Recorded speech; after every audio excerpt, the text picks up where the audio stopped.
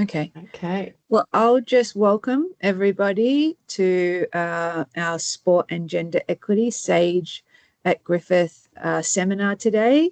Thank you for coming along, making the time, whether you're listening to this later or here live. It's really wonderful to have such a great community of people around the world interested in gender equity in sport. We like to start with an acknowledgement of country. Here I am on the land of the Turrbal and Yugambeh peoples, but I live and work on the land of the Kumbaberi people, and that is where I've lived for the past 20 years. I want to just acknowledge the Indigenous Australians' connection to land and waters, and particularly their knowledge, the way that they value stories, relationships, and connection to people and place, and that that really informs the theories and methods that I like to engage with, and just also to acknowledge the violence of colonization, and that those effects continue. Just general housekeeping. Please keep your microphone on mute so we can avoid background noise. There will be time for questions at the end, and you can use the chat, and you can also put your hand up and we'll call on you. And please use respectful and inclusive language. Abuse will not be tolerated. I'm going to hand over now to Professor Simone Fullager, who's the chair of SAGE, to introduce today's seminar. Thank you, Adele. It is fantastic to be able to have our seminar today. I feel like we're in this really complex historical moment, given the game with the Matildas in Iran tonight, and just acknowledging what the Iranian women are going through with war occurring. It is a really difficult time for them, and I will be supporting them 100% tonight at the game. On the Gold Coast, it's going to be, I think it's a sold-out match tonight, which is fantastic in terms of the history of the Asian Cup. And I think there's lots of human rights issues that we can pick up on today. There's certainly been some excellent reporting on ABC, Guardian, and elsewhere around the complexities. And I suppose when we planned this seminar, the situation was slightly different. And I think now it really speaks to the way in which sport can bring into the public eye these complexities that often remain unrecognised in the celebratory kind of narrative about women's football and the growth, which is important and significant. But of course, there are many inequities across countries and still in relation to genders. So we'll pick up on these different issues, and really happy to just briefly introduce our panel today, because we are going to listen to their responses to some specific questions, and then have an open response to a more broad question, really exploring this idea around what a meaningful legacy looks like from these major sport events, and what gender equity can look like across the Asia Pacific. So I've put our three speakers' bios in the chat, but just to briefly introduce everyone. And Mayuki may be a bit late, so just acknowledging she'll arrive when she can. So first I'd like to introduce Dr. Aya Noguchi from Seijo University, the Deputy Director of the International Research Centre for Sport and Gender Equality, and a former professional football player. Adele and I had the pleasure of meeting Aya when we all got together in Switzerland last year at the Global Observatory for Gender Equality in Sport. So it's fantastic to be able to continue our various collaborations since that time. Aya will also be joined by Mayuki Kobayashi, who is a women's football leader and has done an enormous amount of work over the years to raise the profile of women's football. And having her contribute to the conversation today will really give us some important insights. And last but not least, my good colleague, Professor Sally Shaw from the University of Otago, who has a long and rich history of doing research on gender equality in sport and also sexuality in sport. And she's going to speak to a project that I've been a part of and is, I think, contributing some important work in relation to queer perspectives. So welcome, Sally. And Sally may have to leave a little early because she has an important engagement to go to. And thanks to everyone for coming along. I think it's always interesting to hear different perspectives and hear the questions that you'd like to ask. So we will have some time for that later in the hour. So Aya, we might start with you first. We're really interested in hearing some of your observations, reflections on how the Cup is progressing, what's happening from the perspective of being situated in Japan. And also, we're really interested in hearing more about your research and advocacy work that you've been doing with governments across the Asia Pacific, particularly the ASEAN Forum. It's really important work. So tell us a bit more about your observations and then the kind of connections with the research that you're doing. Okay, thank you very much. Thank you very much for the opportunities to join this webinar. And I'm a researcher at the Seijo University, and I've been playing football for 25 years, since 25 years playing in United States, Japan, and also Sweden as a professionally. But at this moment, I'm not very much involved in the only football, but I'm more involved in the women's sports general. And I think Miyuki just joined here, so she is more expert of the women's football at this moment. So I will leave it the comment of the AFC, tournament to her. So let me explain about my project since I've been involved in since 2020. So since 2020, the government of Japan started the ASEAN Japan project focusing on the gender equality as a legacy of the Tokyo 2020 Olympic and Paralympic Games. So since then, I've been involved in the sports government with 11 ASEAN countries and promoting the gender mainstreaming in sports policy. So that's my work for past 6 years. Yeah. Sorry. Please. I was just going to say, could you tell us a little bit about what your observations are of how the Asia Cup is progressing so far? Actually, it's not much the news and the broadcasting happening in Japan, so a little bit difficult to catch up the most of the result and game planning. But I read some the article about the AFC's Cup is have so one side is very celebrating the women's sports, but at the same time there is some issues about the human rights. So I'm really worried about that as well. Yeah. So in Japan, you're not getting easy broadcast access, or is it just the Japanese games, or not really many games at all? I think it's many games as well. Actually, the last World Cup in Australia and New Zealand, at the World Cup, also the Japanese broadcasting, it's very last minute to decided to broadcast the games in Japan. So I think the women's football, even though we won the World Cup in 2011, it's very difficult. The media cover the women's games in Japan. Yeah, okay, that's very interesting to hear. Can you tell us a little bit about the work that you've been doing with the ASEAN countries and the challenges you may have faced around addressing gender inequalities in sport? Yeah, yes. So our project is heavily work with the government in 11 ASEAN countries. So and then I feel like that the government is important to issues in the ASEAN countries, because many countries sports budget comes from the government funding.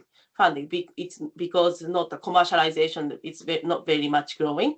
So mostly the budget heavily involved in the government. So in that case, it's very difficult to more women. Leadership position is more political position. So it's very difficult more women get the position in the leadership position. So that's the one things one things that I observed in the sports structure in Southeast Asian countries. And secondly, I think the culture also challenges because nowadays gradually the women's participation is gradually increasing in most of the ASEAN countries. But in terms of the coaching position or leadership position, it's still lack of women. And then most of the time the sex division of labor in the housework is heavily rely on the women side. So once the women get birth and give the birth, and also women's married, their priorities for life is responsibility for the families. So in that case, women needs to step out from the athlete or step out from the coaching. So it's kind of the marriage and giving a birth is the time limit for involved in sports. So I think it's very important to create any kind of support or support system for more women to be able to involve in the sport, football and sports areas for their lifelong. Yeah.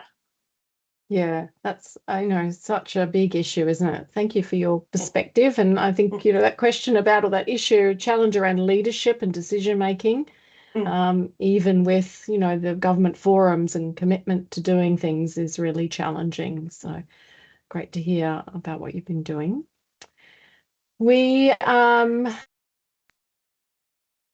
now introduce Mayuki. Thank you for joining us, Mayuki.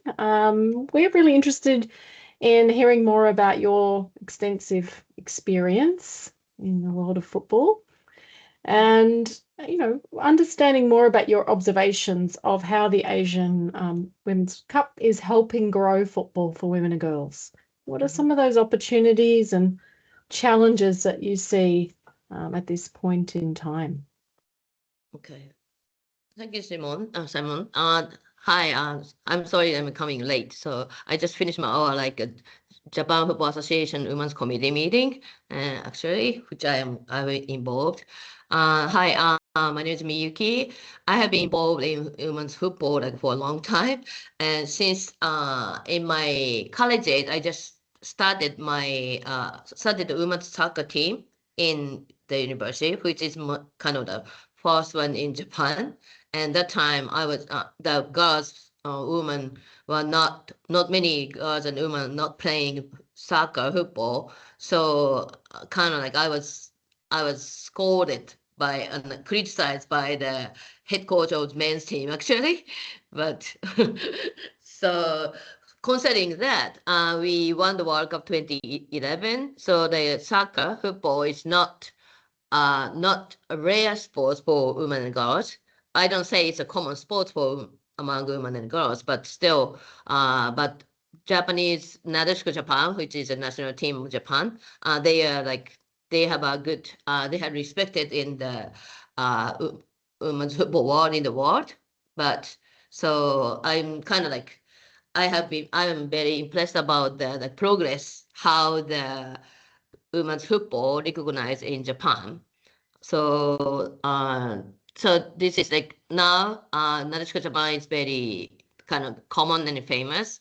And even though the girls and women play soccer, they don't say, they're not really stared at. So, so that's the thing. So many things are progress. And as Aya said, still the Japanese society still has some a traditional norm for women and girls.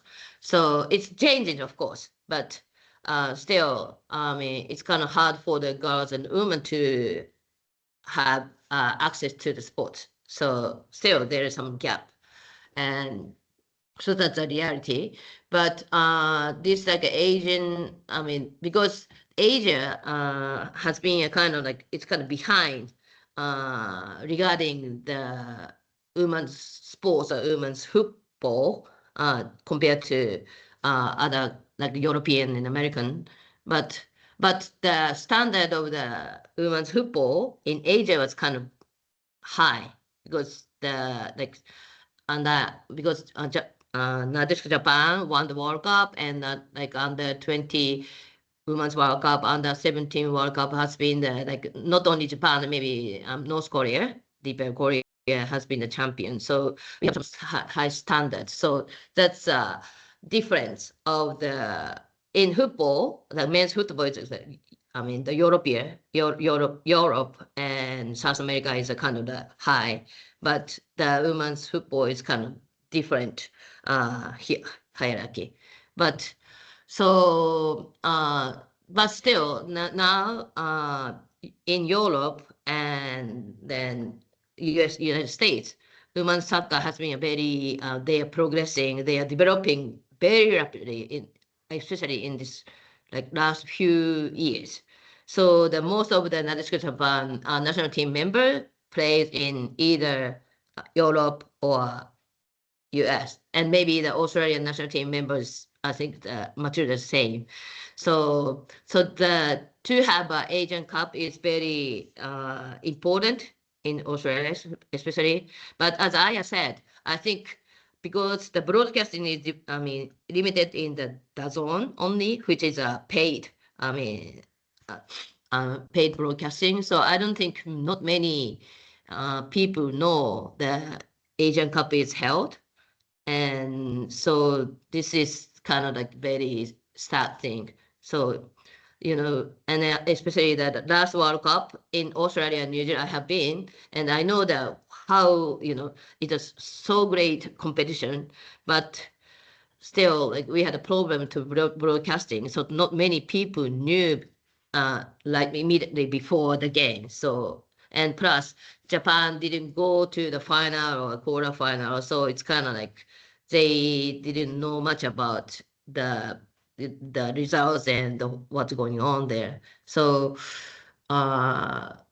so we have to still, I mean, have some effort to promote or to like more have opportunity to let them know how they are. So that's I think that's the thing that we have.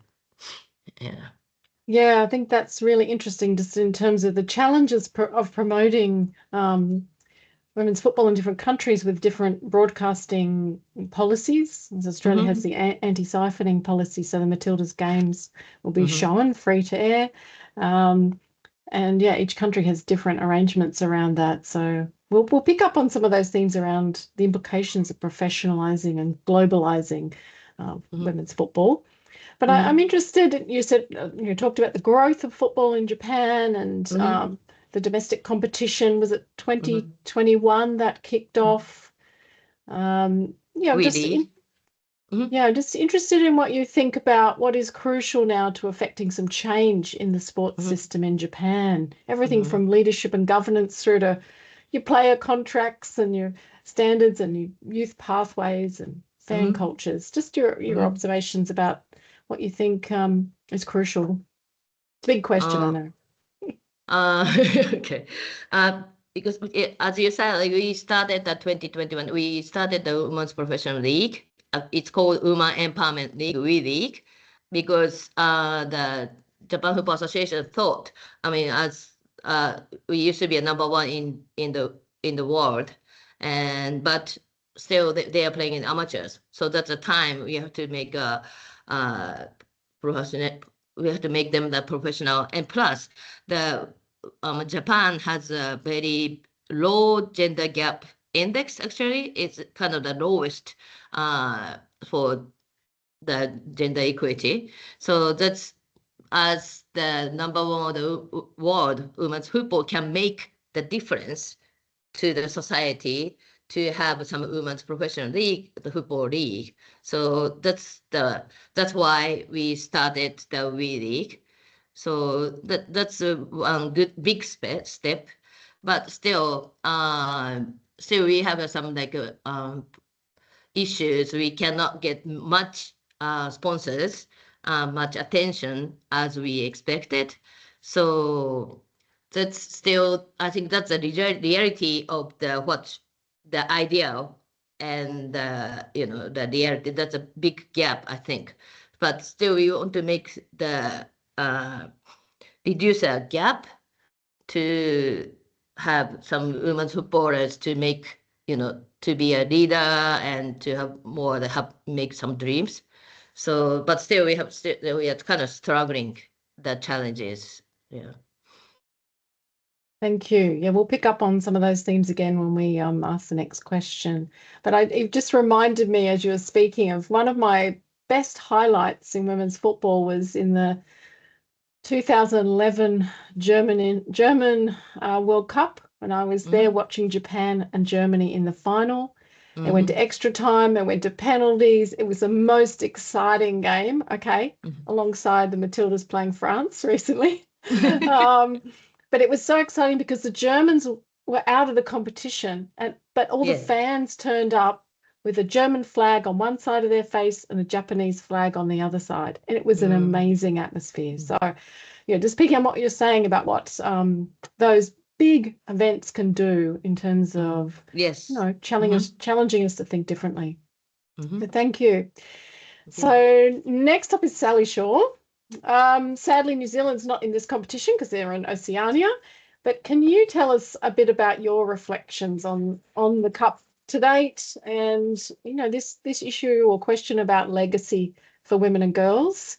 And then, we'll follow up with a question about the work on the Queer Football Fans project.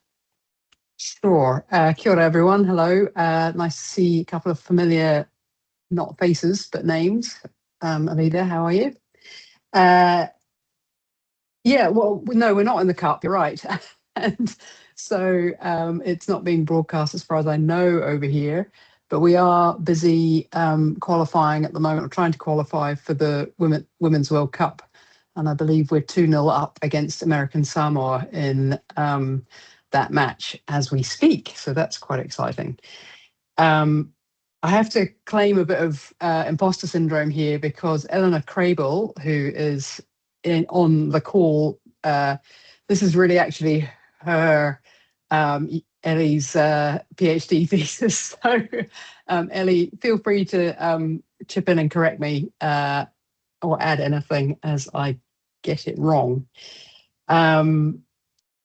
So yeah, in terms of, from what I understand from Ellie, literally, the legacy programs in New Zealand seem to be sticking from the Women's World Cup when and if the local bodies are enthusiastic and want to make them stick. So there have been, I think, some good initiatives, particularly with girls and young women in football.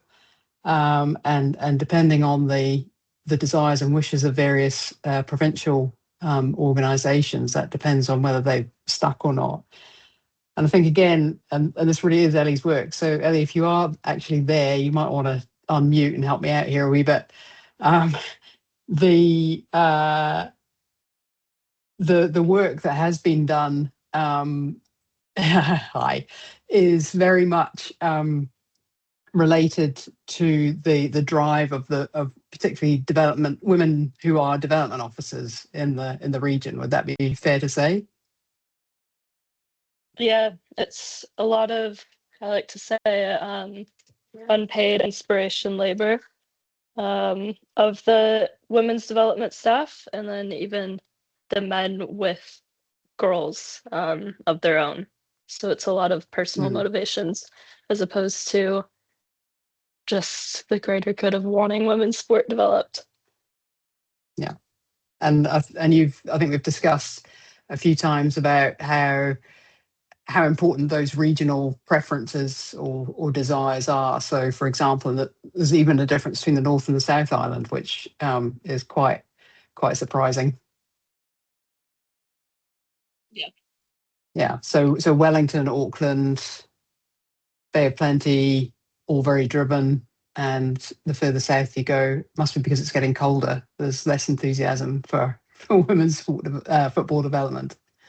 Yeah, it So does seem like a cultural issue as well, which we don't see in rugby, but for some reason football's still there. yeah. That's interesting. I'm glad you could join us, Ellie, to flesh that out a bit. I was just thinking about the recent Football Australia report, talking about 20% increase in women and girls participation in Australia, but of course the challenges coming up that you may be experiencing in New Zealand as well around a lack of facilities, lack of women in coaching and leadership roles. So there's the surge of demand, but not enough of an adequate response to cater for that demand and translate into a range of pathways. So yes, do you see some connections with the Asia Cup and the broader conversation around New Zealand's role in the Asia Pacific, how that kind of connects with the work that's happening, or are you not seeing that necessarily joined up? I certainly have not, because we're in different federations, right? So again, it seems that those two don't often speak very much. And also, I guess with the New Zealand women currently playing their qualifier, the timing of this doesn't really work.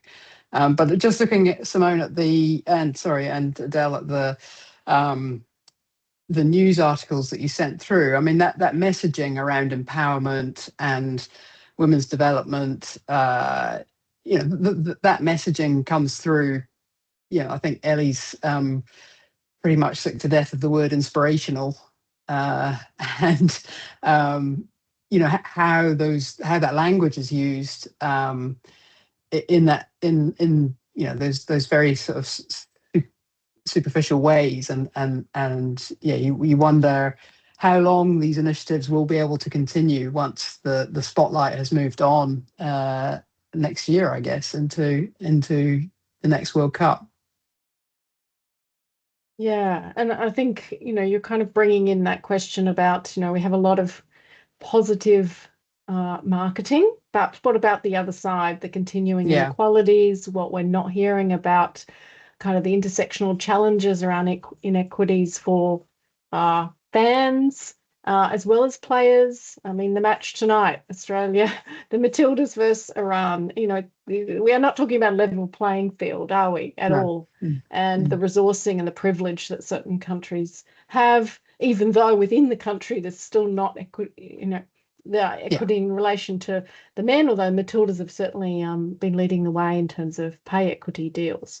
So there's a whole lot of complexities that these cups bring up, which I think Simone, is a nice if I could just back onto that, even in this qualifying tournament, I think we beat Samoa 8-0 or something, in this qualifying tournament, and that's ridiculous because we're again, the level of resourcing that we have is not that great, and so Samoa, I assume have even very, very little, and so you do wonder about that long-term connection or depth of connection, especially having just had the World Cup in the region. Yeah, and I think if we looked at the stats on just the prize money alone, it hasn't increased since the last Asia Cup, and the men's Asia Cup is like 88% higher. It's a massive difference. So the resourcing for teams across the competitions is just still such a massive issue of inequality.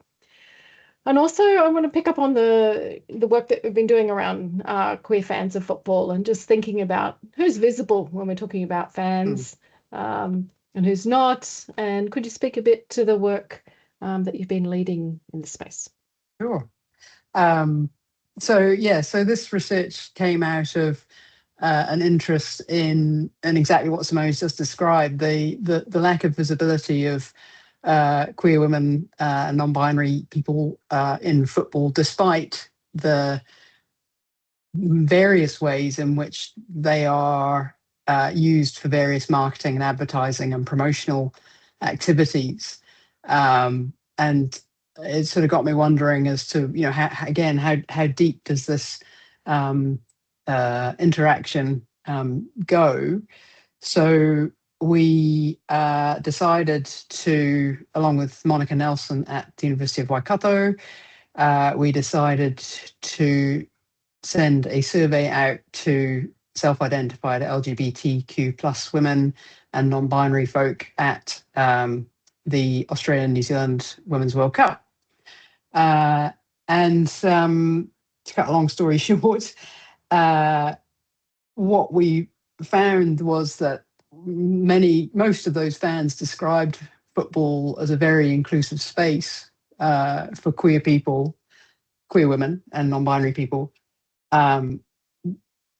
because of the actions largely of fan groups and similar kind of little organizations, but that they could see, those fans could certainly see that the mechanisms and the policies and programs and structure of football was really anything but queer friendly, and that they saw the potential for change there. So to move away potentially from the binary of solely having women's and men's competitions, to perhaps move away from some of the formality of local football competitions to make them more inclusive, to welcome clubs that were based, not based on traditional lines into mainstream football,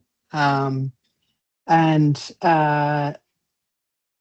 also the intersection of identities. So there's not just being solely about queer folk, but also, looking at comments were raised about looking at the different ethnicities, about trans people in sport, about the differences in various FIFA-funded countries regarding queer people, and how the legality of being queer in some of those countries, and what that might look like in terms of the bigger picture of football. And then some really very direct kind of conversations about the hypocrisy of football being a game for everyone, but that at the World Cup people were not allowed to wear rainbow armbands. Just really seemingly small, simple things, but nonetheless, extremely meaningful for those who are involved, and they were very articulate, I thought, about those contradictions and the use of LGBTQ plus women and non-binary players, in particular in promotional activities, but the lack of follow through from right from that very practical, can't wear a rainbow armband, right through to some of these really sort of transformational ideas about what football looks like and how it could look quite different, and within the bigger body of football. So yeah, it was cool. Watch this space for next publication. Yes, if anyone's reviewing it, it's really good. I also want to just kind of emphasize how the women's game is where these really complex conversations are being pushed forward, because the question of sexuality in men's football is, the silence around that is just deafening. But there's, a bigger conversation that is difficult, I think, for researchers and activists to have around governance, leadership, and then the marketing and the promotion around the diversity of fans and respecting the histories that different fans, particularly queer fans, bring to football. So, I think this is where all the social media responses and all the different conversations need to be listened to by the governing bodies, because it's really going to be a touch point for the future in terms of fans will no longer put up with that invisibility. So in an increasing commercialized environment, I think there's huge risks for ignoring them. not to mention just the community and social responsibility goes with it. So thank you for that. And if you have to disappear when you need to, please do. I'm going to move to 10 more minutes and then I'll disappear. Brilliant. Okay.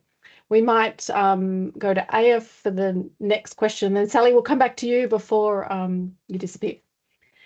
So our next question is for all panelists. And that is, when we're thinking about how leagues are moving towards increased professionalization, the globalization of the football industry, and how women are entering into this highly commercialized, masculine history, but trying to push forward with their own way of doing football.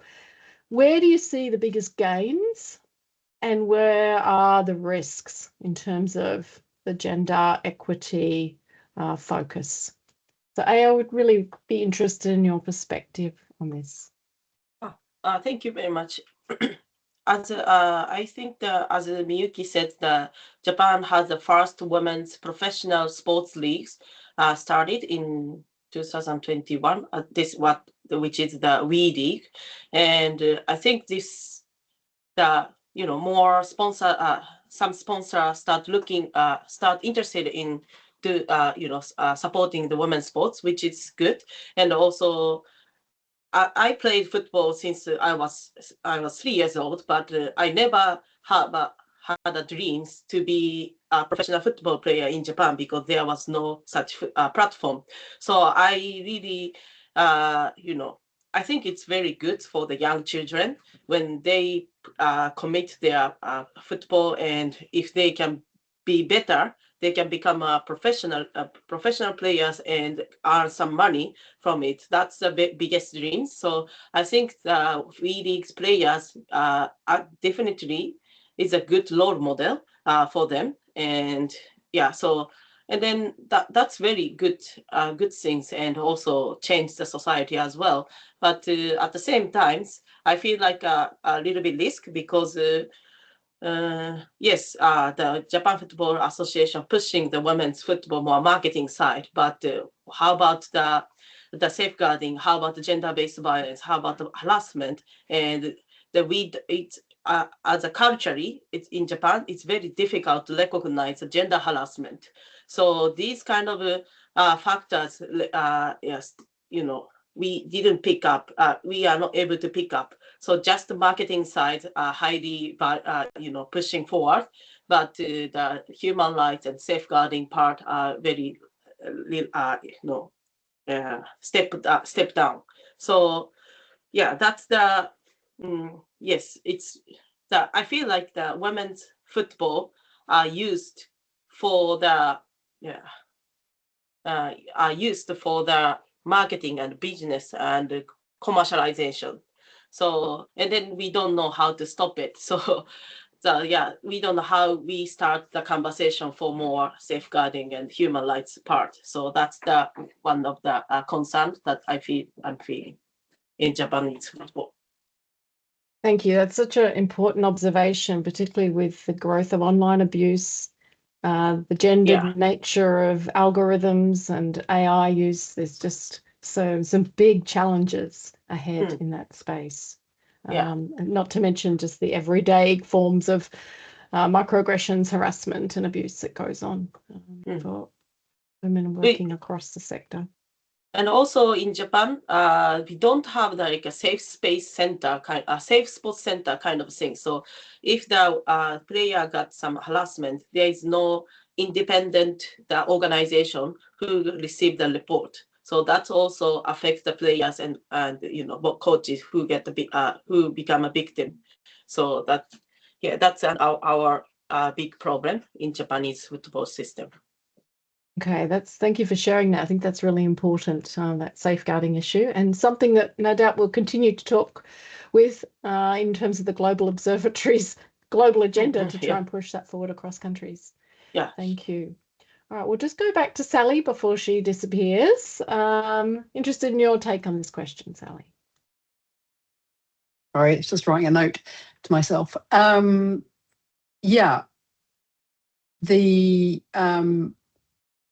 What I think we found, I don't know if this was actually articulated by the respondents, but certainly in our various bits of reading, was that there is a report done. Was a report done at the end of the World Cup on online harassment or online commentary of about players, and the numbers escape me right now, but it was a considerable percentage was homophobic or sexuality or sexual in its nature.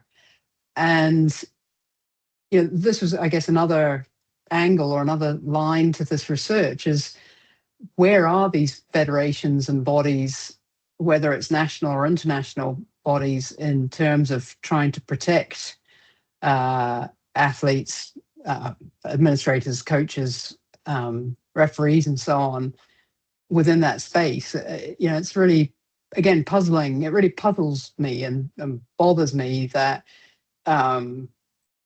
you can kind of use these people to make millions out of a tournament, but then when it comes to the crunch, there is no protection. And even live interviewing the Moroccan captain, who was asked how many lesbians there were in their team in a country, and they're from a country where homosexuality is illegal. Well, just the idiocy and the lack of care in even thinking something like that would be remotely appropriate, or I mean, appropriate is such a overused word, but just doable is just completely baffling.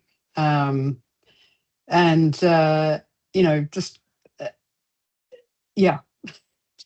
to mention the variety of other comments, concerns, protests, the Spanish team, the trophy ceremony debacle. These incidents that seem to go on in women's football, or be allowed to go on in women's football, that you just can't even imagine anything like that happening in men's football in that same sort of public way, and people just sort of shrugging their shoulders and going, oh yeah, whatever, yeah, it's just how it is. So I think there's just that lack of will on behalf of those organizations to just take action and say, no, this is not what is happening here. And again, as you say, Simone, it's just so unacceptable. And I hope you're right. I hope that the ever powerful market does speak and people turn away. But I don't know. We'll find out, I guess. Yes, this is the challenge of our capitalist system intersecting with patriarchal forces in sport, and how entrenched that is. And I think this is the value of these global events, is that we have a lot of media attention focused. The issues are there, the violence, abuse, harassment, it comes out. So it gives us a platform to be able to address those issues more explicitly, because it is very difficult for everyone working in their own ways, or even in collectives. And I'm thinking of the Australian advocacy activist group, Women on Side. Please join them. It's only $22 a year if you're an Australian, doing all kinds of work. And these big events give us the opportunity with showcasing what goes on every day, but in a magnified or an amplified sense. So thank you for your thoughts. That's right. And just briefly to go back to Ellie's point about the labour that goes in at the regional or provincial level, that oftentimes a women's development officer will be the one sole women's development officer in a regional sport organisation, and if they're lucky, the others might agree with them, usually her, and sort of help, but they might be completely isolated in that role. And again, that lack of understanding that equity is part of the whole organization's job to do, not just the person designated with that role. And that's been a problem in gender equity in sport forever, and it continues. That's that person's job and nothing to do with me. And that is, again, that I don't know whether it's our failure to educate and infiltrate sport organisations enough to make that point, or whether it's just lack of appreciation. I don't know, but it blows me away. And then again, sorry to go on, but as Ellie also said, you know, the girl dads who have, you know, not even thought about gender equity until they have a daughter who's suddenly not getting the experiences that they had or their sons had, and all of a sudden become these, you know, kind of born again champions. It's pretty wild, to be honest. Yes, I think there's been an enormous amount of change, but at the same time, for those who's been around a long time, Yeah. we can see how resilient the parochial traditional masculine norms are to change. Mm-hmm. They keep reproducing themselves. So I think it's this ongoing power dynamic that plays out at all levels of sport, and what we're making visible today. So Mikey, we'll go to you next and hear your thoughts on this topic. Thanks, Sally. Thanks, everyone. Lovely to meet you. Bye. Thank you, Sally. As I was a board member of the league. I was in charge of like achievement, like women empowerment. So we we have a regulation. You have to put the one woman in the decision making position, and you just put one the coach. At least there is at least one coach, one female coach should be in the one team. So we just try to make that rule, and so we want to we are like trying to educate the players, and I supported by like I asked Aya to like I educate some, like make some seminar, and we are talking to some players, and they, because even though we won the World Cup 2011, they travel. At that time, they are traveling in the economic. Their flight was economy, but whereas the men's team, the men's national team, even they didn't really make even the quarterfinal yet, but they of course they are in the first class. And then I was actually asking the player, you don't think it's not fair, you know, that you've been in the world number one, and then but in the economy class, and then flying whereas the man is playing, and they are flying in the first class or business class. This what the one of the players said, because I cannot beat the man. They said that too.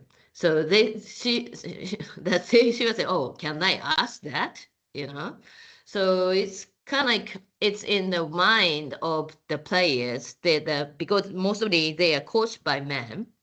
So even though they're playing in good, they say they are coached, maybe is my assumption, but they said, oh, you can make small passes because you cannot kick the ball from right to left.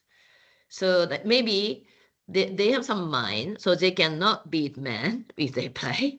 So they cannot really ask the position. So we are like trying to educate the girls to what the gender equity is. But still, because women empowerment is kind of very strong word in Japanese actually. So it's a kind of feminist word. So not many people don't like. So even the players, they are not really familiar, and plus we try to make them what the gender equity is, what this makes the whole society happy or peace. But the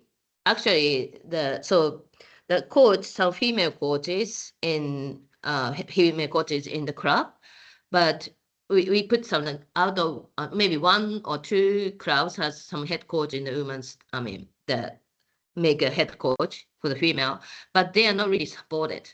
So mostly, so of course they don't have much experience, of course, but they have some high profile as a player, but mostly the men's coach, who is a man, actually the assistant coach, is maybe like unconsciously they're not really supporting.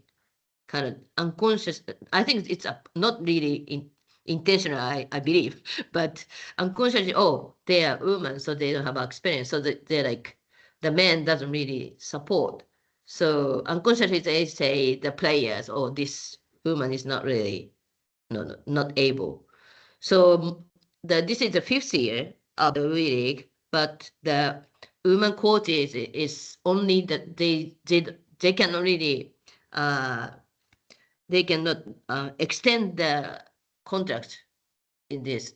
In this year, just first time there's one coach who renewed the contract, but most of the time they say the only 1 year they finish in 1 year, and the management says, oh, because the girls, the players doesn't really want female coach, so they have some mind like so, and then some club management says, oh, the player doesn't really want the gender equity. They just want to play football.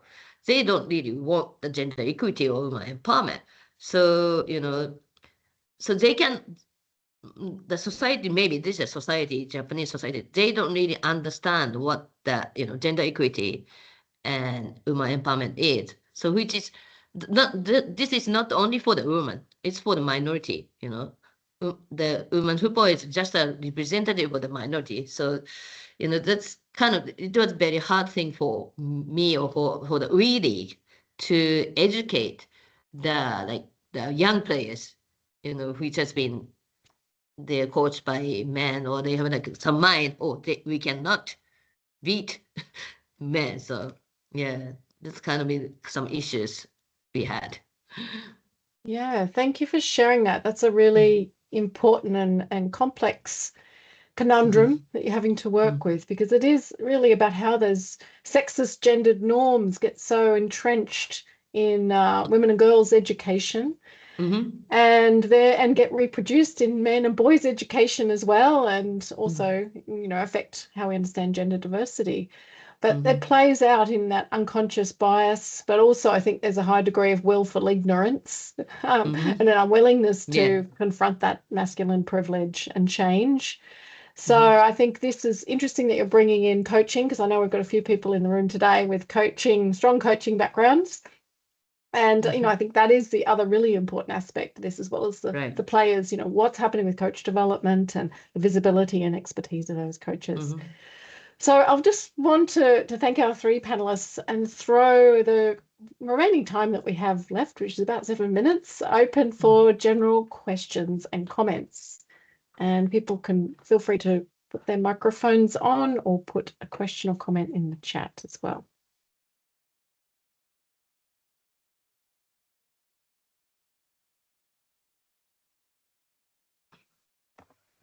I have a question for Aya.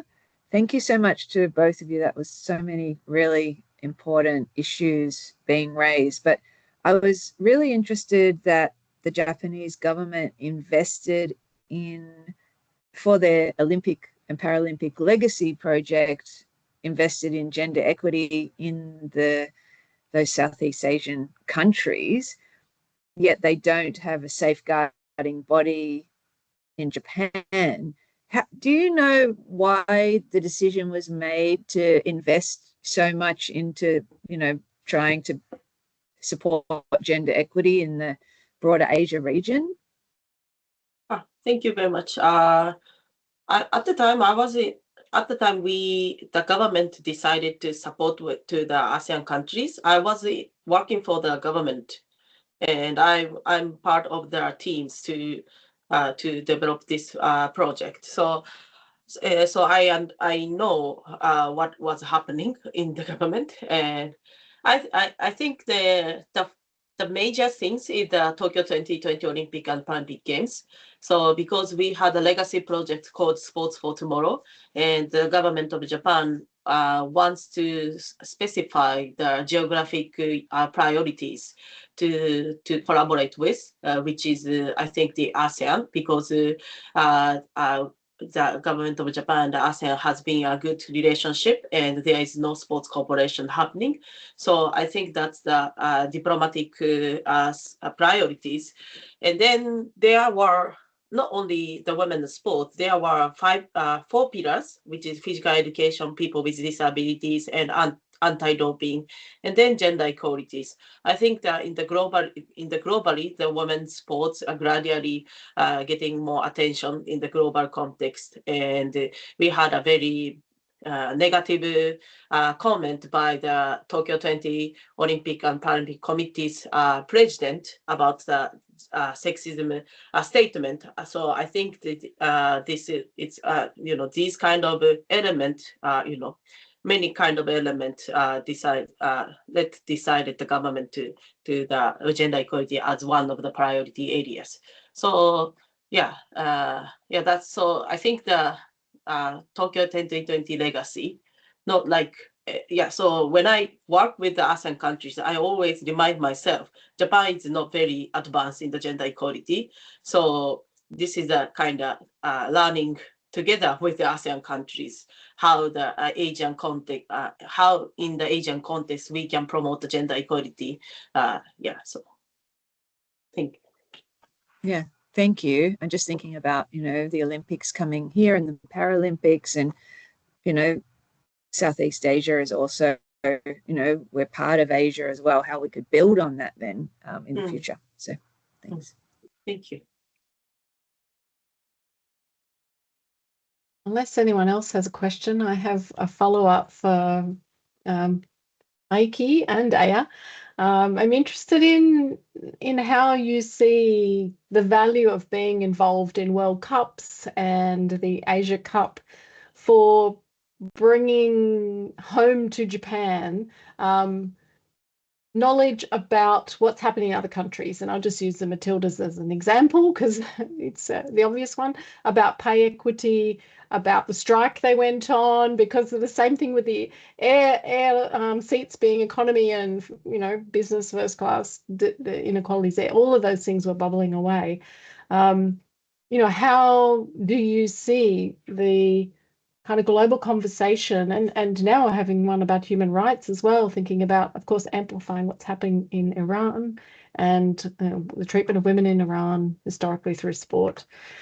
So, how do you see that connecting, or does it not really permeate the Japanese conversations? Just curious to see what happens.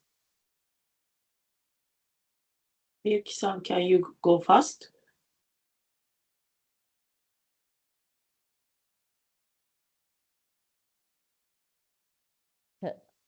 I have to move the room, so can okay. you talk about? I'm sorry. Okay.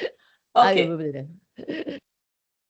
So, sorry, let me repeat your question again. So what kind of things we can bring to the home about the what is happening in the Asian World Cup, Asian Football Cup? Is this correct? Yeah, when you see other countries doing more around gender equality, how does that come home? How does it land in Japan or not? I think the Asian Cup, I'm not sure how much we can get the influence from the Asian Cup, because Japan, Nadeshiko Japan, it's always we always have a good performance in the Asian Cup, and I think they feel like we need to lead the Asian performance. So I don't. Unfortunately, even though the New Zealand, Australia are competing in the world, the cup, but not many gender equality perspective we can bring in the home. But World Cup, for example, European countries and Northern American countries, they are also competing. So I feel like the tend to be the Japan Football Association usually look at what the Western context, what Western countries are doing, and try to bring in something to Japan. So not much Asian Cup, but more globally. Yes, if the England Premier Leagues, more women's investment gain more, maybe that affect okay, let's think about the women's football to get more sponsorship or investment. Thank you. Ayuki. Sorry about this. Okay. I think not many people doesn't know, this situation. Like Australia is the only country in Asia who has a gender equity, payment.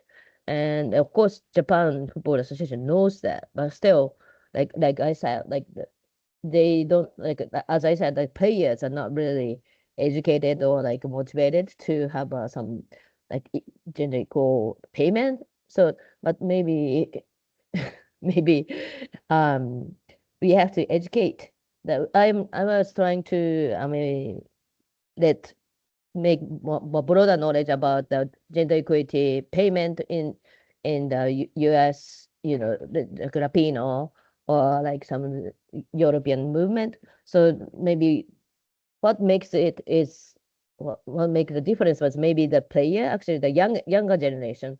So like we used to make more how to say we have to let them like to educate, why what's the basement of this development. It doesn't come from the nothing. So there was like some like a systems and organization is coming that makes them the possible to the development of women's football, women's sports. So like I have to maybe we have to let not only the organization for the players or younger generation to let them know how they acquire that kind of like rights or like, so I think that's the point. So that's a great note to end on, and I think it also brings in the importance of university research and engaging with what young women and gender diverse people are thinking about their rights and understand gender equality in this rapidly changing world. So that's all of our challenge going forward. So just to wrap up, because we've run out of time. Thank you so much for joining us from Japan. It's been wonderful to see you both and to hear about your experiences.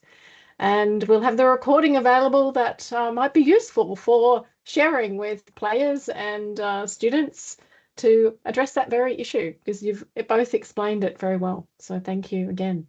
And thanks to all our SAGE participants. We'll see you again at the next seminar. And yeah, Adele for convening. Bye, Thanks, everyone. Thank you Bye. very much. thank you very much. Thank you, everybody. Thank you. Bye.